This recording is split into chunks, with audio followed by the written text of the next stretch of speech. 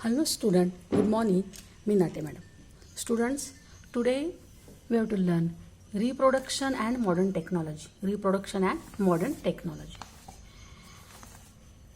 Reproduction आणि आधुनिक तंत्रज्ञान म्हणजे आत्ता ह्या गेल्या काही 15-20 वर्षामध्ये रिप्रोडक्शनमध्ये मॉडर्न टेक्नॉलॉजी खूप मोठ्या प्रमाणावरती कार्यरत आहे. आता मॉडर्न टेक्नॉलॉजी म्हणजे काय, तर तुम्ही टेस्ट ट्यूब बेबी ऐकलं असेल, सरोगसी मदर ऐकलं असेल. तर टेस्ट ट्यूब बेबीबद्दल अनेक अंधश्रद्धा म्हणा किंवा अफवा, अजून अवेअरनेस सामान्य जनतेमध्ये नाही आहे. तर टेस्ट ट्यूब बेबी म्हणजे फार काही असं वेगळं किंवा वाईट असं काम नाही आहे. टेस्ट ट्यूब बेबी जे जन्म घेतात तर त्या कशा घेतात, आधुनिक तंत्रज्ञान या मॉडर्न टेक्नॉलॉजी यामध्ये कशा पद्धतीने कार्यरत आहे आपण बघणार आहोत. आता पहिल्यांदा पण आपण बघूया की रिप्रोडक्शनसाठी मॉडर्न टेक्नॉलॉजीचा वापर करण्याची गरज का पडते. रिझन्स काय आहेत, काय कारणं आहेत की रिप्रोडक्शनमध्ये मॉडर्न टेक्नॉलॉजी यूज करावी लागते, म्हणजे टेस्ट ट्यूब बेबीचा पर्याय स्वीकारावा लागतो जोडप्याला. तर त्याचं रिझन काय आहेत, तर reasons are couples can not have children, म्हणजे ज्या कपलला, ज्या जोडप्याला चिल्ड्रन्स मुलं बाळं होत नाहीत, तर काही वर्षानंतर ते मॉडर्न टेक्नॉलॉजीचा वापर करण्यासाठी तयार होतात.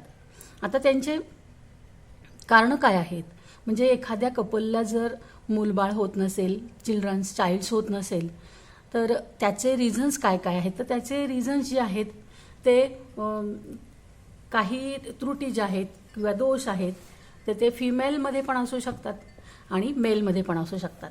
तर आता फिमेलमध्ये काय आहे बघा, reasons are couples can not have children in case of women. स्त्रियांमध्ये काय प्रॉब्लेम असू शकतो, तर इररेग्युलरिटी इन मेन्स्ट्रुअल सायकल, हे पहिलं रिझन असू शकतं की फिमेल जे आहे त्या फिमेलची जी मेन्स्ट्रुअल सायकल दर महिन्याला रेग्युलरली यायला पाहिजे, तर त्याच्यामध्ये इररेग्युलरिटी असते. म्हणजे दर महिन्याला ती न येता तर इररेग्युलर ती मेन्स्ट्रुअल सायकल वुमेनमध्ये, स्त्रियांमध्ये जर येत असेल तर ते एक रिझन होऊ शकतं मूल न होण्यासाठी. दुसरं काय, तर डिफिकल्टीज इन ओसाईट प्रोडक्शन. तर फिमेलमध्ये दर महिन्याला जे ओव्हरीजमध्ये ओसाइट्स प्रोड्यूस होत असतात, तर हे ओसाइट्स प्रोड्यूस होण्यासाठी काही डिफिकल्टीज आतमध्ये ओव्हरीजमध्ये असू शकतात. तर हे सुद्धा रिझन मूल न होण्यासाठी कारणीभूत होऊ शकतं. Obstacles in the oviduct. Oviduct जो आहे स्त्रियांचा ओव्हिडक्ट, तर ह्या ओव्हिडक्टमध्ये काही अडथळे असू शकतात. आपण ओव्हिडक्ट बऱ्याचदा डायग्राम बघितला, हा जो ओव्हिडक्ट आहे तर ह्या ओव्हिडक्टमध्ये काही अडचणी असू शकतात की जेणेकरून तयार झालेली जी ओव्हम आहे ही ओव्हम ओव्हिडक्टमधनं युटेरसपर्यंत येऊ शकत नाही. तर त्यात काही अडचणी असू शकतात. हे थर्ड रिझन असू शकतं. Difficulties in implantation in uterus and आदर. जर समजा ओव्हरीमधून ओव्हम ओव्हिडक्टमधून बाहेर आला, तर हा प्रवास जरी ओव्हमचा व्यवस्थित झाला तरी हा ओव्हम जेव्हा स्पर्म बरोबर फ्युजन करतो, फर्टिलायझेशन करतो आणि झायगॉट फॉर्म होतो, तर हा झायगॉट जो आहे तो या युटेरसच्या वॉलवरती, म्हणजे त्याला आपण एंडोमेट्रिक म्हणतो, ह्या एंडोमेट्रिकवरती हा झायगॉट इम्प्लॅन्ट होतो. हे आपण पाहिलेलं आहे फर्टिलायझेशनमध्ये. तर हे इम्प्लॅन्टेशन होण्यासाठी जर काही अडचणी असतील, हा तयार झालेला झायगॉट जर व्यवस्थित इथे इम्प्लॅन्ट होऊ शकला नाही, तर तो या युटेरसमधून सरळ व्हजायनामधून बाहेर जन्माच्या आधीच बाहेर पडू शकतो आणि आपण त्याला प्री मॅच्युअर्ड डिलिव्हरी म्हणू शकतो, किंवा तो झायगॉट कंप्लीट त्याचं डेव्हलपमेंट झालेली नसतानाच तो काय होऊ शकतो, एम्ब्रियो, त्याची डिलिव्हरी होऊ शकते. तर ही पण अडचण असू शकते. तर हे 4 अडचणी, ह्या चार दोष ही स्त्रियांमध्ये असू शकतात. आता पुरुषांमध्ये काय दोष असू शकतो मूलबाळ न होण्यासाठी, तर absence of sperm in the सीमन. पुरुषांचा जो सीमन आहे तर त्याच्यामध्ये स्पर्म ॲब्सेंट असतात, म्हणजे त्याच्यामध्ये स्पर्मची, आता हा इथून बघा, इथून आपण पाहिलं की इथून सीमन बाहेर पडतो. सीमन म्हणजे काय, तर यातनं स्पर्म बाहेर पडतो आणि हा स्पर्म इकडे आल्यानंतर ह्या इजॅक्युलेटरी डक्टमधून लिक्विड सिक्रीट होत असतं. नंतर ह्या प्रोस्टेट ग्लँडमधून पण लिक्विड सिक्रीट होत असतं. हे सेमिनल व्हेसिकल जे आहे ते सेमिनल व्हेसिकलमधून जे लिक्विड सिक्रीट होतं इजॅक्युलेट डक्टमच्या मार्फत, तर हे 2 लिक्विड सेमिनल व्हेसिकलचं आणि प्रोस्टेट ग्लँडचं आणि स्पर्म यांचा मिळून काय तयार होतो, सीमन तयार होतो. तर हा जो सीमन बाहेर येतो, तर ह्या सीमनमध्ये काय असू शकतो, तर त्याच्यामध्ये स्पर्म ॲब्सेन्स असू शकतात आणि जर स्पर्म नसेल तर फर्टिलायझेशन होऊ शकणार नाही. तर हा पुरुषांमध्ये हा दोष असू शकतो. स्लो मुवमेंट ऑफ स्पर्म, जर समजा स्पर्म जर तिथे असेल तर ह्या स्पर्मची मुवमेंट अतिशय स्लो असेल, हे पण कारण असू शकतं. म्हणजे हा जो स्पर्म आहे तो व्हजायनामार्फत इथे ओव्हिडक्टपर्यंत येतो, तर त्याची मुवमेंट इतकी स्लो असेल की तो पुढे येईपर्यंत ओव्ह्यूम काय होऊ शकतो, बाहेर निघून जाऊ शकतो आणि फर्टिलायझेशन होऊ शकणार नाही. तर स्लो मुवमेंट ऑफ स्पर्म हे सुद्धा रिझन असू शकतं. ॲनोमॅलस इन द स्पर्मचे जे वेगवेगळे कारण असू शकतात, तर त्याच्यामध्ये निर्मितीमधले अडथळे पण असू शकतात. आणि स्पर्म निर्माण होऊ शकण्याची, पुरुषांमध्ये जे स्पर्म निर्माण होते त्यांचा अभाव असू शकतो किंवा ॲनोमॅलस असू शकतो, त्याच्यामध्ये व्यंग असू शकतं. स्पर्ममध्ये काही असू शकतं, व्यंग असू शकतं, काहीतरी दोष असू शकतो. तर ही 3 कारणं पुरुषांची आहेत मूलबाळ न होण्याची आणि ही स्त्रियांची आहेत आणि आणखीनही काही कारणं त्यांच्यामध्ये असू शकतात. तर ह्या कारणांना अनुसरून यांच्यावरती कोणतं मॉडर्न टेक्नॉलॉजी इथे यूज करता येईल हे डॉक्टर बघतात आणि त्याच्यावरती मॉडर्न टेक्नॉलॉजी ठरवतात. With the help of advance medical technique like IVF, surrogacy, sperm bank, the childless couple can have child. असे दोष असणाऱ्या कपलला मॉडर्न टेक्नॉलॉजीमध्ये IVFचं तंत्रज्ञान वापरून किंवा सरोगसी मदरचं तंत्रज्ञान वापरून किंवा स्पर्म बँक अशा वेगवेगळ्या प्रकारचं तंत्रज्ञान वापरून मूलबाळ नसलेल्या कपलला मूल होऊ शकतं. तर IVF म्हणजे काय, सरोगसी म्हणजे काय, स्पर्म बँकमध्ये काय असतं हे आपण आता डिटेलमध्ये पाहूया. आता IVF म्हणजे काय, IVF म्हणजे in vitro fertilisation. In vitro fertilisation म्हणजे काय, तर टेस्ट ट्यूबमध्ये फर्टिलायझेशन घडवून आणलं जातं. इन विट्रो फर्टिलायझेशन म्हणजे टेस्ट ट्यूबमध्ये फर्टिलायझेशन, तर याचं टेस्ट ट्यूब फर्टिलायझेशन पण आपण म्हणू शकतो. In this technique fertilisation is brought out about in the test tube. Test ट्यूबमध्ये हे फर्टिलायझेशन घडवून आणलं जाऊ शकतं. The embryo form in test tube is implanted in uterus of women at appropriate time. याच्यामध्ये काय घडवून आणतात, तर टेस्ट ट्यूबमध्ये 2 एम्ब्रियोचं 2 गॅमेटचं फर्टिलायझेशन घडवून आणतात आणि तयार झालेला जो एम्ब्रियो आहे तो कशात इम्प्लांट केला जातो, तर युटेरसमध्ये. म्हणजे मेल गॅमेट आणि फिमेल गॅमेट म्हणजे ओव्हम आणि स्पर्म ह्या दोघांचं फर्टिलायझेशन ओव्हिडक्टमध्ये जे होत असतं, ते ओव्हिडक्टमध्ये जर होण्यात काही अडचणी असतील तर ते फर्टिलायझेशन म्हणजे आईचं ओव्हम आणि वडिलांचं स्पर्म शरीरातून काढून घेऊन टेस्ट ट्यूबमध्ये योग्य तापमानाला योग्य परिस्थिती निर्माण करून त्या टेस्ट ट्यूबमध्ये त्याचं फर्टिलायझेशन केलं जातं आणि मग योग्य वेळेला फर्टिलायझेशन एका विशिष्ट वेळानंतर झाल्यानंतर तो जो एम्ब्रियो तयार होतो त्या एम्ब्रियोला त्या आईच्या युटेरसमध्ये परत इम्प्लांट केलं जातं. म्हणजे त्या आईवडिलांचंच दोघांचंच बीज घेऊन त्या आईच्या पोटामध्ये युटेरसमध्ये पुन्हा एम्ब्रियो काय केला जातो, तर इम्प्लांट केला जातो. नंतर IVF टेक्निक इज कशासाठी यूज करतात, IVF technique is use for having the child in case of those childless couple who have problem like less sperm count, obstacle in oviduct et cetera. आता ज्या पुरुषांमध्ये स्पर्मचा काउंट व नंबर ऑफ स्पर्म हे कमी असतात आणि किंवा स्त्रियांच्या ओव्हिडक्टमध्ये काही ऑब्स्टॅकल्स असतात, तर अशा स्त्री पुरुषांमध्ये IVF तंत्रज्ञान वापरून त्यांना बेबी मिळवून दिला जाऊ शकतो. जर स्पर्म कमी असतील तर ते स्पर्म पुरुषाच्या रिप्रोडक्टिव्ह सिस्टीममधून काढून त्यातला योग्य स्पर्म निवडून आईचा ओव्हम निवडून त्या दोघांचं टेस्ट ट्यूबमध्ये फर्टिलायझेशन करून मग पुन्हा त्या आईच्या युटेरसमध्ये ते एम्ब्रॉय जो असतो, झायगोट जो असतो तो सोडला जातो. ओके. आता हे झालं IVF तंत्रज्ञान. मग IVF तंत्रज्ञानसाठी ज्या स्त्रियांना ओव्हिडक्टमध्ये प्रॉब्लेम असतो किंवा ज्या पुरुषांचे स्पर्म काउंट कमी असतात तर अशांना तिथं टेस्ट ट्यूब बेबीच्या द्वारे चाइल्ड होण्यास मदत होते. आता नंतर आपण बघूया सरोगसी म्हणजे काय. तर सरोगसी ह्या शब्दाचा अर्थ होतो की भाड्याने मातृत्व घेणं. आता भाड्याने मातृत्व कसं घ्यायचं. आता साधं उदाहरण बघा की आपल्याला जर समजा एखाद्या दुसऱ्या शहरामध्ये जायचं असेल आणि तिथे आपलं स्वतःचं घर नसेल तर आपण काय करतो, तर आपण तिथे एक घर भाड्याने घेतो आणि आपण जोपर्यंत त्या शहरामध्ये राहत असतो तोपर्यंत आपण त्या घरामध्ये भाड्याने राहत असतो. त्या घरमालकाला आपण काय देत असतो, तर आपण त्या घरमालकाला त्या घराचं रेंट देत असतो. तर आपण ते घर कसे देतो, तर भाड्याने घेतो, म्हणजे भाडोत्री घेतो. सेम त्याच पद्धतीने एखाद्या स्त्रीचं युटेरस जर इम्प्लांटेशनसाठी, झायगॉटच्या इम्प्लांटेशनसाठी योग्य नसेल, तिथे इम्प्लांटेशन जर योग्य होत नसेल तर अशा स्त्रीचा युटेरसमध्ये एम्ब्रॉयचं डेव्हलपमेंट होऊ शकत नाही.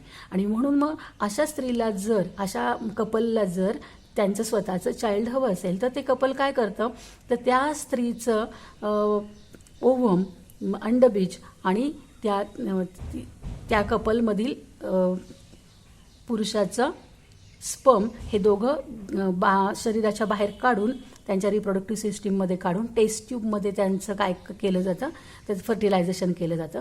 आणि फर्टिलायझेशन केल्यानंतर तो जो एम्ब्रियो तयार होतो तो एम्ब्रियो त्या स्त्रीच्या युटेरसमध्ये सोडता येत नाही, कारण तिथे त्याचं इम्प्लांटेशन होऊ शकत नाही. मग त्या स्त्रीच्या ऐवजी दुसरी एखादी जी स्त्री असते की तिचं युटेरस हे चांगलं असतं, त्या दुसऱ्या स्त्रीच्या युटेरसमध्ये तिच्या परमिशनने तो झायगॉट सोडला जातो. आणि मग 9 महिने त्या दुसऱ्या स्त्रीच्या युटेरसमध्ये तो झायगॉट काय करत असतो, त्याची डेव्हलपमेंट होत असते, एम्ब्रियो तयार होत असतो. मग अशा वेळेस जी दुसरी स्त्री असते की जिचं ओव्हियम यूज केलेलं नसतं, त्या स्त्रीचं युटेरस कशाने घेतलं जातं, तर ते भाड्याने घेतलं जातं, रेंटने घेतलं जातं, तात्पुरतं घेतलं जातं. तर ती जी दुसरी स्त्री असते तिला सरोगेट मदर असं म्हणतात आणि तिचं युटेरस सरोगसीसाठी वापरलं जातं. आणि मग 9 महिने झाल्यानंतर त्या स्त्रीच्या युटेरसमधला जो एम्ब्रियो असतो तो 9 महिने कंप्लीट डेव्हलपमेंट झाल्यानंतर ती दुसरी स्त्री त्याची डिलिव्हरी करते आणि जो बेबी तयार होतो तो बेबी हा पहिल्या स्त्रीचा असतो. दुसरी स्त्री ही फक्त तिचं युटेरस भाड्याने घेतलेलं असतं, तिचं ते बेबी नसतं. तर बघा इथे some women have problem in implantation of embryo in uterus. ज्या स्त्रीच्या युटेरसमध्ये इम्प्लांटेशन होण्यासाठी प्रॉब्लेम असतो. In surrogacy technique oocyte is collected from the ovary of the woman having problem in implantation of. त्या स्त्रीच्या ओव्हरीतून ओसिट किंवा ओव्हियम बाहेर काढला जातो. That oocyte is fertilized in test tube with the sperm collected from her husband. तिच्या हजबंडच्या sperm बरोबर त्या ओसिटचं taste ट्यूबमध्ये फर्टिलायझेशन केलं जातं. The embryo formed from such fertilization is implanted in the uterus of some other woman. अशा test ट्यूबमध्ये fertilise झालेल्या एम्ब्रियोचं दुसऱ्या स्त्रीच्या युटेरसमध्ये इम्प्लांटेशन केलं जातं. वुमन हॅव्हिंग नॉर्मल, जिचं युटेरस नॉर्मल आहे. And women whose uterus is used is called as surrogate mother.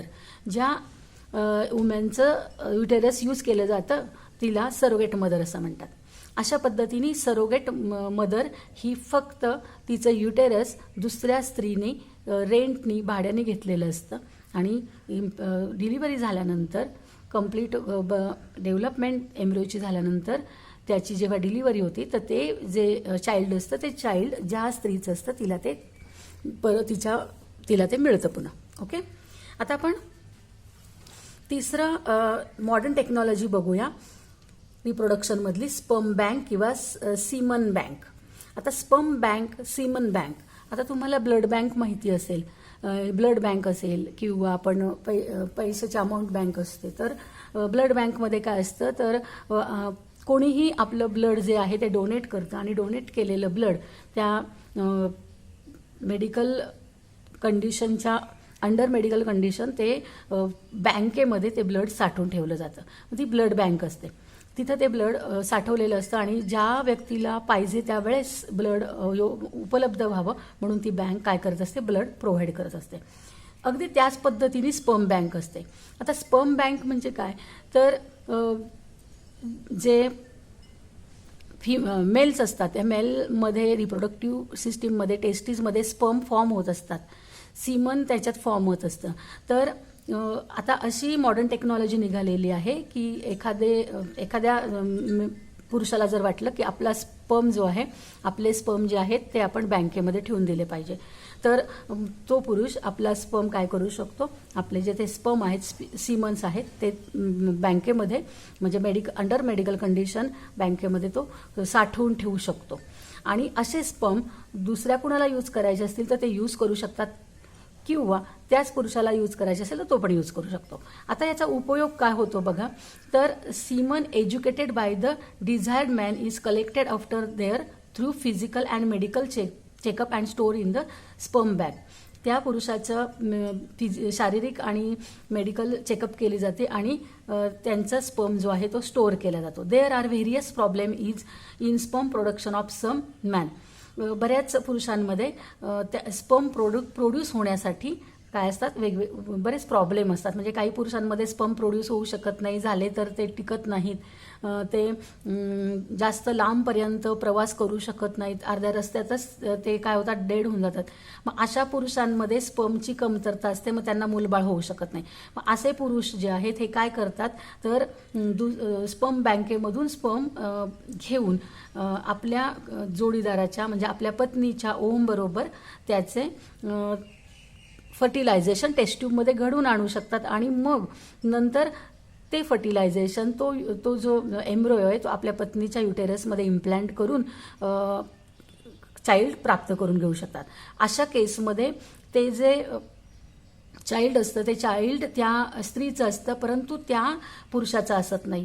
ते मात्र कारण स्पर्म त्या पुरुषाचं नसतं, परंतु तरीही त्या कपलला बेबी मिळू शकतो. So as to have the children in case of such couples using sperm in the sperm bank. तर अशा पद्धतीने स्पर्म बँकमधून स्पर्म घेऊन चाइल्ड प्राप्त करून चाइल्ड मिळू शकतो, डेव्हलप होऊ शकतो. तर मला एक अतिशय इंटरेस्टिंग आणि अतिशय महत्त्वाची यातली एक घटना माहिती आहे, ती मी तुम्हाला सांगते स्पर्म बँकबद्दलची, की हा स्पर्म बँक एका व्यक्तीच्या जीवनामध्ये किती युजफुल ठरलेला आहे. तर एक काहीतरी 20-25 वर्षाचा एक युवक होता, तरुण होता, आणि तो जर्मनीमध्ये इंजिनिअरिंगचं शिक्षण घेण्यासाठी गेला होता. आणि जेव्हा तिथं शिक्षण घ्यायला गेला, आपल्या भारतातून गेला होता, जेव्हा तिथं गेल्यानंतर त्याला तिथे कॅन्सर डिटेक्ट झाला, त्याला कॅन्सर झाला. मग तिथं जर्मनीमध्ये त्याचा उपचार चालू असताना तिथल्या जर्मनीच्या डॉक्टरांना काय वाटलं, तर त्यांनी त्याचे जे त्या मुलाचे जे स्पर्म आहेत ते स्पर्म काढून त्या स्पर्म बँकेमध्ये ठेवून दिले. आणि काही काळानंतर त्या कॅन्सरनी त्या मुलाचा काय झाला, मृत्यू झाला. आता त्या मुलाचा मृत्यू झाल्यानंतर इकडे भारतामध्ये काही 2-3 वर्षांनंतर त्याची जी आई होती त्याच्या आईला असं वाटलं की आपल्या मुलाचं तर डेथ झालेली आहे, परंतु आपल्या मुलाला जर मूलबाळ असतं तर आपण आत्ता त्याला सांभाळलं असतं वगैरे, अशी आईच्या डोक्यात काहीतरी विचार चालू होते. तेव्हा त्याच्या आईला माहिती कळाली की त्या बँकेमध्ये, जर्मनीच्या त्या मेडिकल बँकेमध्ये याच्या स्पर्म स्टोअर करून ठेवलेले आहेत. मग ते स्पर्म जर्मनीतून ते स्पर्म घेऊन आणि एका दुसऱ्या फिमेलचा ओव्हम घेऊन ते स्पर्म आणि ते ओव्हम यांचं टेस्ट ट्यूबमध्ये फर्टिलायझेशन करण्यात आलं. म्हणजे इथे टेस्ट ट्यूब तंत्रज्ञान पण वापरलं, स्पर्म बँक पण हे पण तंत्रज्ञान वापरलं. आणि आता ते टेस्ट ट्यूबमध्ये फर्टिलायझेशन केल्यानंतर त्याला युटेरस पाहिजे, म्हणून त्यांच्याच नात्यातल्या एका फिमेलच्या, एका स्त्रीच्या युटेरसमध्ये ते जे एम्ब्रोयो आहे त्या झायगॉटचं इम्प्लांटेशन केलं. म्हणजे इथे सरोगेट मदर हे सुद्धा मॉडर्न टेक्नॉलॉजी वापरली. म्हणजे त्या मुलाचा स्पर्म बँकेमधून घेतला, टेस्ट ट्यूबमध्ये ते स्पर्म आणि दुसऱ्याच एका लेडीचं ओव्हम याचं फर्टिलायझेशन घडवून आणलं आणि तिसऱ्याच एका लेडीजच्या युटेरसमध्ये त्याचं इम्प्लांटेशन केलं. म्हणजे ते युटेरस भाड्याने घेतलं, सरोगट केलं. मग 9 महिने झाल्यानंतर त्या स्पर्ममध्ये त्या स्पर्मच्या आणि ओमच्याद्वारे जे चाइल्ड डेव्हलप झालं होतं ते चाइल्डची डिलिव्हरी झाली. म्हणजे हा किती मोठा आश्चर्य आहे हे, की एखादी व्यक्ती गेल्यानंतर 3 वर्षानंतर त्या व्यक्तीच्या बाळाचा जन्म होणं हे म्हणजे आपल्या मेडिकल ब्रँचला मिळालेलं एक वरदान आहे. आणि त्या मुलाचा जन्म झाला, त्या बाळाचा जन्म झाला आणि त्या मुलाच्या आईने त्या बाळाला नंतर वाढवायला सुरुवात केली. म्हणजे आपला मुलगा मेल्यानंतर 3 वर्षानंतर त्याचं बाळ आपण मिळवू शकतो, हा आनंद खूप मोठा होता. आणि ही मेडिकल ब्रँचमधली खूप मोठी घटना होती. आणि ह्या घटनेत जर आपण बघितलं तर इथं टेस्ट ट्यूब बेबीसुद्धा तंत्रज्ञान वापरलं गेलं. नंतर स्पर्म बँक हे तंत्रज्ञान पण वापरलं गेलं. सरोगेट मदर हे पण तंत्रज्ञान वापरलं गेलं. आणि सगळ्यात महत्त्वाचं म्हणजे आपला मुलगा गेल्यानंतर 3 वर्षानंतर त्याचं बाळ आईला बघायला मिळालं. तर अशा पद्धतीने मॉडर्न टेक्नॉलॉजी ही ज्यांना मुलबाळ होत नाही अशांसाठी एक वरदान ठरलेली आहे. आणि याच्यामध्ये अवेअरनेस होण्याचं गरज आहे. याच्यामध्ये कोणतीही वाईट गोष्ट नसते, कोणती नावं ठेवण्याची किंवा त्या कपलला नावं ठेवण्याची कोणतीही गोष्ट यात नसते. तर स्टुडंट, तुम्हाला आजचं व्हिडिओ लेक्चर आवडलं का? जर तुम्हाला व्हिडिओ लेक्चर आवडलं असेल तर व्हिडिओला लाईक करा. आणि जर अजूनपर्यंत तुम्ही चॅनलला सबस्क्राईब केलं नसेल तर जरूर सबस्क्राईब करा. थँक्यू.